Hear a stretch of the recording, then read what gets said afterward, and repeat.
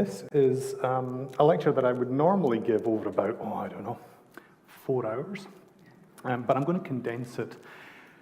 Don't feel you have to take photographs of the slides or to scribble stuff down, because that stuff will all be available. And in fact, I believe the references that I'm going to allude to will be tweeted out. Very modern. So just stay with me. And again, in the theme of this year's, don't forget the bubbles, it's science and storytelling. The science, there will be references for the thinky people who like the science. And we heard earlier on today from storytelling, what good stories need are characters, and that's going to be you. We need to have some kind of conflict, and I'm hoping in yourselves we might find a bit of that. And then change, well, I'm going to leave that as an unwritten part of the story just now, but I'd love to hear at the end whether actually in yourselves change is a thing or not. So why is this important? Quick show of hands. Who has been to a lecture, presentation, or conference which has touched on cognitive errors or biases? I can probably leave now then. Okay. It's really common now, and people recognize that it's really important. Okay. So just to reiterate what you already know. Humans process information and make decisions. We do this at work. We do this at home. We did this as toddlers, okay? All humans do this. There are models, mental models of how we actually make decisions in life. And I think, personally, I think the best fit model at the present time is the dual process model, which was described by Daniel Kahneman and colleagues. And in fact, he was a Nobel laureate based on this work. So, again, please do feel free to look into this process further if you're feeling good. Unfortunately, we are all humans. All our decision-making is potentially biased. It has errors inbuilt. And that is both the type 1 heuristics that I think a previous speaker mentioned, and also the type 2 processing, which we all do from time to time interchangeably with type 1, which is a hypothetical deductive model. But there are biases which are present in both, and each model will have a predilection for certain kinds of biases. And unfortunately, there are certain biases that we have that prevent us seeing our own biases. Does anybody think it's so much easier to see other people's mistakes than your own? You get to raise your hands, yeah. Participation. Yeah, so actually, we're biased to our biases sometimes. And we've all seen this in our life, in our work. When we go to M&M's and we're talking about a case, just, again, I'm going to put you out there, just sneakily raise your hand just a little bit if you've listened to the case and thought, I wouldn't have done that. I wouldn't have been caught like that. Absolutely. So we see this all the time, but we don't necessarily think about it. This is a codex of cognitive errors and biases. It's deliberately tiny because there are actually so many that have been described.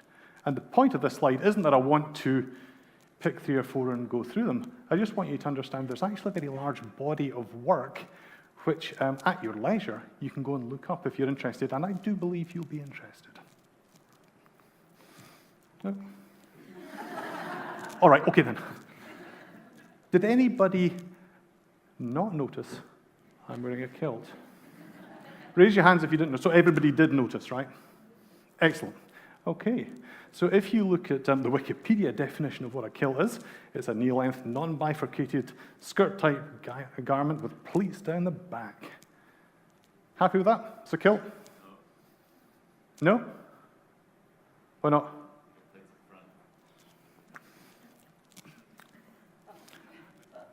I'll sort of give you that, except with the understanding that you've probably not worn a kilt, because they kind of all do. Okay, so I'll sort of give you that. Here's a little participation game that I really actually want you to do now. This is a legitimate and serious thing. I want everyone to close their eyes. No one can see you now except me. I want you to very quietly nod your head if, hold it, wait for it, if, I can see the early adopters in the room, they're already nodding. Nod quietly if you would either wear a kilt as a gentleman, or if you're a lady, you would be happy that somebody important and male in your life, like a brother or a son or a partner or whoever, would wear a kilt out in public. Just now's the time to nod if you would be happy with that. Okay, nobody knows but me. Okay, you can all stop nodding now, and you can open your eyes. All right. Just to reassure anyone who thought, well, I can't wear what he's wearing because it's not actually a kilt at all because it's not tartan. I'm just throwing this as a bit of fun. This is a cognitive error which is legitimately called no true Scotsman. That's why I've just slipped this one in. Okay, it's an informal fallacy, and what it does is it protects generalizations you make from counter-arguments. So, for example, classically it goes along the lines of something like, Donald and Angus are both eating porridge, and Donald says to Angus, I see you like porridge, but no true Scotsman would put sugar in their porridge. Are you okay with the accents? And Angus says, well, actually, I'm just about at it because I like sugar, but I'm Scottish. I've got an accent too. And Donald says, yeah, but you can't be a true Scotsman. So essentially, you're shifting the goalpost to protect your generalization from any attack. And we do this in lots of different things in life, but it's actually called no true Scotsman. There you go. Okay, so what I want you to do, though, is when you close your eyes, and those who nodded and those who didn't, I want you to think about what went through your mind. Does anyone get voices? Does anyone get voices in their heads? I have a voice all the time, and it runs a constant narrative, and sometimes it says good things, and sometimes it says quite despicable things that I'm glad I can filter and not let out, because they embarrass me, but I have a little narrative. Okay, so what were you thinking? Just dwell on that a second. First thing up to say is we do disproportionately favor unusual or striking info. So who hasn't taught residents that, don't look at the mangled leg that's bleeding on the floor, do your ABCs. Ignore the spectacular thing. That all familiar? Yeah, we all pick unusual things, and I suspect you all saw me walking up in my kilt and jumping up and thought, well, that's going to end badly. But what were you thinking? Okay, interestingly, you wouldn't have just said, there's Kevin and he's wearing a kilt. I'm pretty sure nobody said that. Oftentimes, it'll come with analysis, and oftentimes, it will come with a valued preference, okay? Unconscious assumptions, opinions, inference, it will come with all of that. So, for example, you might say, why is he wearing a kilt? Okay, just, again, you get to quietly nod to me if that's what you thought. But maybe instead of why is he wearing a kilt, maybe you thought, what the hell is he wearing? And that's quite different, because that comes with a value judgment. That sort of implies that you're not so very keen on it. Does that make sense? And we do this all the time. Reassure me, we do this all the time? That's not just me. Okay, so then you may take it further and you may say, well, I see he's wearing a kilt. Maybe it's his usual attire. Maybe he wears a kilt all the time. And you might take that a little bit further and say, oh, excuse me. I changed the slides about 10 minutes ago, not for procrastination reasons. Maybe you'll say, well, maybe he's ultranational. We've all seen a whole rise of the ultranationalists around the world this weather. Maybe he's like a freedom kind of guy. Or maybe he's just quirky. Yeah, maybe I'm a fashion victim, okay? And again, there may be people in the room, and in fairness, it's often the ladies who might then go, oh dear, does he not have a mirror in his house? Or, as an alternative, oh, does he not have somebody who looks after him? Okay, so you may or may not have thought of that. I'm just throwing it out there. Maybe I'm making a statement, okay? Maybe my statement is, I can do anything I like. Maybe, again, I'm an extrovert. Maybe, actually, I'm making a statement about, say, gender or sexual preferences. I could be. I suspect some people in the room might have thought that. Imagine I gave the same lecture at my 13-year-old son's school, or perhaps at a working man's club in Govan in Glasgow. Again, potentially, people will think different things. I know Kevin. Kevin's a sneaky so-and-so. Maybe he's attempting to provoke type 1 cognitive processing in real time in a lecture. That'd be sly. Maybe some of you thought that. Okay. The bottom line is, though, what you were thinking, your impressions, the little voice in your head, likely, well, it certainly reflects your complex subconscious, and that's shaped by gender and sexuality and personality and upbringing and society now versus society then. If I did this lecture 10 years ago or 20 years ago, I suspect it would provoke different things in some people. Yeah? So you have a whole complex subconscious that feeds into actually, particularly type 1 processing, but you're not aware of it, and you often don't see it.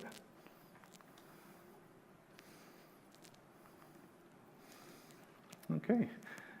Did anybody think, I hear what he's saying, and that's fine, and it's cool and all, but it would be okay for a Scotsman like he is, but not for an Aussie. Okay? If you were thinking that, I have to say I have an Australian passport, I have an Australian citizenship certificate, and in fact, I sat a citizenship exam. So I sat an Australianness exam. Stick up your hands in the room if anybody else sat an Australianness exam. I'm sort of thinking I'm more Australian than you guys.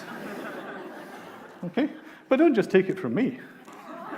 Other Australians will also wear a kilt from time to time.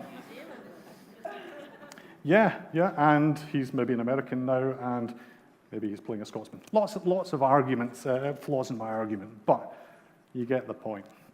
But actually, what you've done when you said, yeah, fine for him, not fine for me, because is you've come up with a rationalization. Do you know what the other name for a rationalization is? It's making an excuse. And what that is an informal fallacy of reasoning, which can be conscious, it might be completely unconscious, but it allows you to get rid of cognitive dissonance and stop thinking about something that you don't really want to think too hard about. Okay, and it can lead to premature closure. Now I found a reason I don't need to think about this anymore. Okay, it also feeds into confirmation bias. Yeah, he's Scottish, he wears a kilt. I would expect that. It confirms my belief. You might have thought, I'm not going to wear a kilt, Kevin, because it's not masculine or fashionable. Fine. That's fine. Happy with that?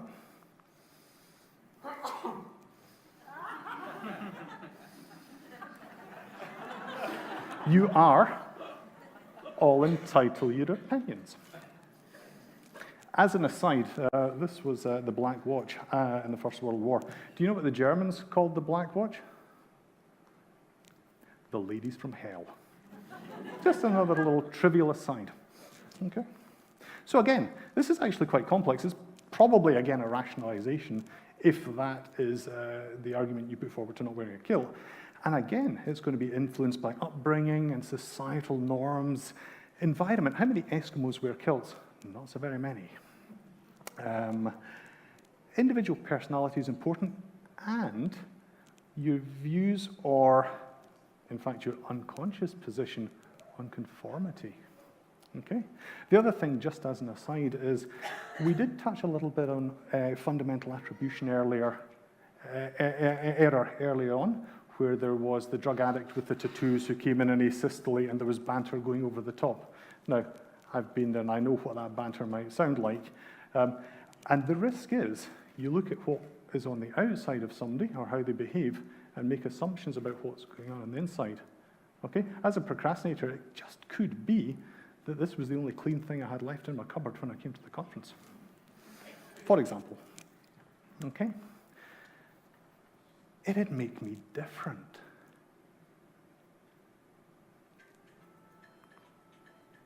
Absolutely. As per current society, you go out in a kilt, you're going to look different as a boy, for sure. Okay? But have a think about your own position on compliance or conformity. Has anyone heard of the Asch conformity experiments? Done a fair while ago now, 1951, 1952, Solomon Asch. I want you to all take a look at the line that's on the left and compare it to lines A, B, and C and decide for yourself which line A, B, or C is the same as the mystery line.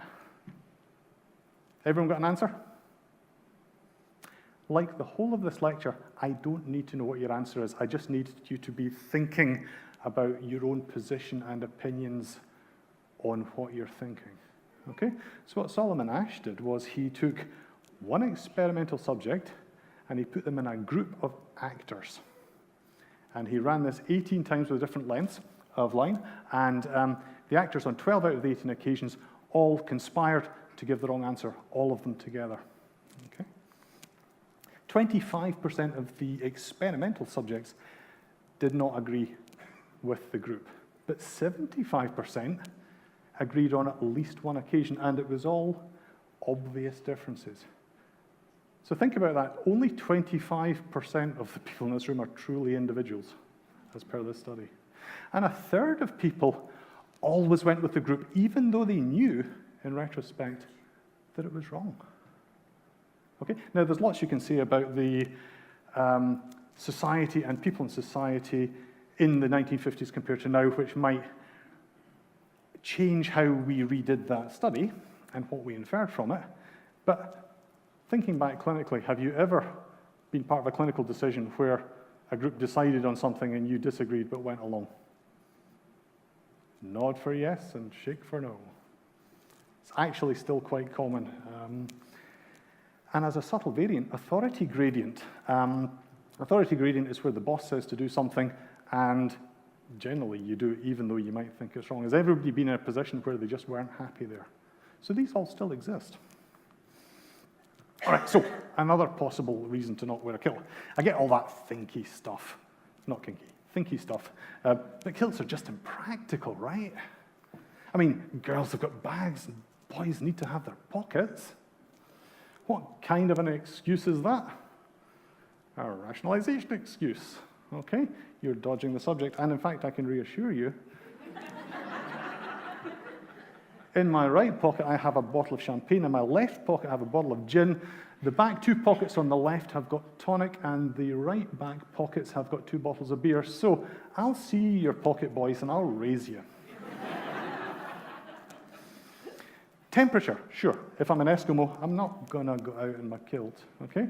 Ladies, when it's stinking hot, is at least an advantage to have the option of a skirt or a dress, or do you go for the gusset every time? So, yeah, temperature. There may be times when it's an advantage. PUI, does everyone know what PUI is? Peeing under the influence. If you ever have to do it, gentlemen, I can confirm there is an advantage to a non-gusseted wear. So, you're all clever people. You're all thinkers. You're all open to reason and rationale. So I would now like to repeat my question. Raise your hand if, boys, you'd wear one of these, and ladies, if you would be happy buying one or kitting one out for an important man.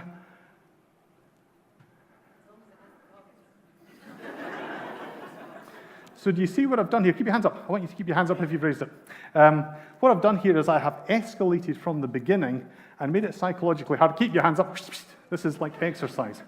I've made it psychologically a bit harder for you not to raise your hand.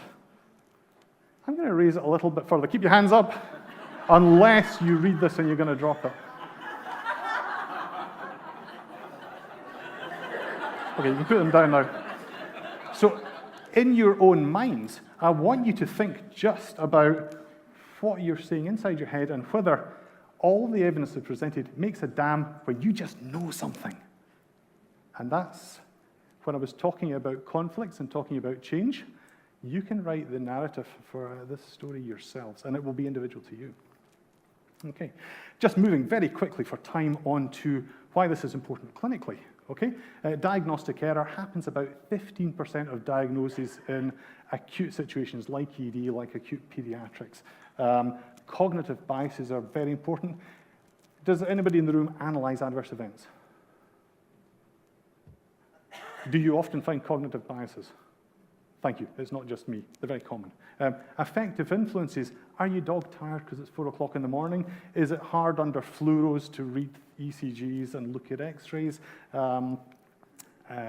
Is it just super busy with 15 people to see? Knowledge deficits. Sometimes you just don't know something and then you don't get the diagnosis, but that's actually quite uncommon. This is a table I lifted from Food and Tan's paper, which will be circulated to you, which is actually a really neat way of dividing up how we get diagnoses wrong into a number of different boxes. And I'm going to leave you to look this stuff up yourself because it's actually important for you all to have a background in this. Who does retrospective case reviews for the coroner, at M&M meetings, present cases? Most of us, right? Who's been trained in doing retrospective case analysis? I'm not even raising my hands. Okay? So we all do it. None of us are trained to do it. This is a definition from Merriam-Webster's dictionary on delicacy, which is something pleasing to eat, which is considered rare or luxurious. Now, to fulfill a Scottish stereotype, I am going to descend into fighting talk just for a little second, just indulge me. Okay, so I'm an omnivore, but I do consider opposing expert witnesses in legal matters to be nutritious, although somewhat too common to be considered a delicacy. I find it really common that retrospective case review is done very badly, and I find it usually pretty easy to unpick all of this stuff. Just putting it out there in case we stand opposite sides of a courtroom. Okay? Why do I think that? That's like a serious thing to say. Well, to be honest, I hold retrospective reviewers to a higher standard of care than I hold clinicians. Do you know why? Because clinicians at 4 o'clock in the morning deal with their 100th case of bronchiolitis, never having seen one die, isn't expecting the patient to die, but 2 hours later when they die, it comes as a complete surprise. Lots of reasons why that happens. The retrospective reviewer is sitting on a Sunday afternoon, perhaps with a latte in one hand and Dr. Google in the other, and knowing the outcome. So it's actually, you have all the pieces to get this right. For lots of psychological reasons, we most commonly don't get this stuff right, in my humble opinion and in the opinion of people who publish on this, who you'll have tweeted to you. And it's important because poor retrospective reviews injures systems. We come up with new guidelines which may actually not prevent the next problem, and it injures individuals. Sometimes people kill themselves. There is an Australian paper showing that a pending court case is the single strongest predictor of mental illness in healthcare practitioners. So this is serious stuff to get right. And in fact, how we do retrospective reviews themselves predisposes to adverse outcomes and poor reviews. Okay? So again, there will be tweets with some papers to back up that position, which I would encourage you to go away and read. Okay? Hindsight bias, outcome bias, they are the commonest biggies which trip up inexpert and even expert retrospective reviewers.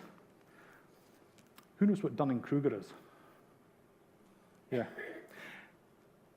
Those who know what it is, now you know what it is. Do you see it everywhere? Does it make you laugh or cringe? Yeah, laugh, sometimes cringe. Please, again, do look it up. It's really important. Once you know what it is, you're going to see it everywhere. So I have some take-home messages just at the end. Okay, I do hope that we've induced and examined cognitive errors in real time in this lecture. Now, I have never presented it this way before, so I'd like you to come back and tell me whether it worked even a little bit. I picked a non-contentious thing, like a Scots dude wearing a kilt in public, to try and invoke cognitive errors. Just imagine instead if we took the earlier presenter's example of parents who were very much against immunization for their own set of reasons, and how they would cope with having that thought process messed with. Because I've tried to mess with your thought process a little bit on the kill. Does that make sense? So some of the stuff is high risk, and actually we really hate to have inbuilt perceptions challenged, or we have defenses against it. But hopefully we've managed to do a little bit in a fairly safe way in this lecture. But actually, it's not just about kills. This stuff is really important in where we work and what we do. I have some suggestions for healthcare practitioners. Read up on errors and bias. I think it's now part of our job to know about this stuff. but identify your own. I now know where I get tripped up. I see toxin-producing streptococci and staphylococci absolutely everywhere, even when they aren't, because I've had a lot of patients die from that, so I can't avoid it. I've also had a patient die of essentially rabies, so I think about that too. I won't see another one. Okay, so I know where my errors and biases are. Develop a process for reviewing your own decisions, ideally in real time. Challenge yourself. I was thinking this 4 hours ago, do I really still think it now? Has anything changed? Okay? And possibly my top tip, deliberately seek out things that don't fit with your diagnosis. Because in a retrospective review, when the adverse event happens, they will sure as guns be the very things that picked the patient. So if something doesn't make sense, usually with confirmation bias, we downplay it. Seek them out, challenge them, and try and figure them out. Because potentially, you've got two diagnoses, maybe they're important, maybe you're down the wrong track, maybe not, but be cautious with them. And for retrospective reviewers, again, I don't think anyone should be doing important stuff like this unless they have a good background. But again, when I do a review, I don't think, I'm going to find out who made the mistake and where the mistake was. I think people, generally speaking, care and are well educated in this country for sure. What was it about what was known at that time that made their behavior and thinking make sense to them at that time? And that's how I approach retrospective incident analysis. So that is the end of my little gallop through cognitive errors and biases. This is a great diagram, because normally there's a question in here, and sometimes you have to tweak it out of people because there are barriers. Some people just don't like speaking in public. I probably need a new diagram that has a tweet button now, and I suspect it will be a straighter line to the tweet button than it is to your mouth. Thank you very much. Thanks, Kevin. So probably just got time for one Twitter question comment from Kate. No problem. Thanks, Kevin. We've got a question from Damien. So given that cognitive biases are so common in serious untoward incident reviews and court cases, why are they not formally appearing in those reports? I don't know the answer to that question. When I give an opinion, it's generally the order of 50 to 60 pages long, and it does identify and document them. I don't know why other people don't. And the first thing I do to shred up opposition witnesses is to ask them why they haven't identified all this stuff and what they think about it. Thanks, and I'm sorry, Toby, you didn't get enough likes for Kevin to do a handstand. Sorry. So thanks for that, Kevin. And you asked for some feedback. I think with that talk, the next time you do it, maybe do it with an Indian accent going through the whole talk, and that might... Would I need to change my costume? No, I think you'd stay the same. Good, Thanks, thank you Kevin. very much.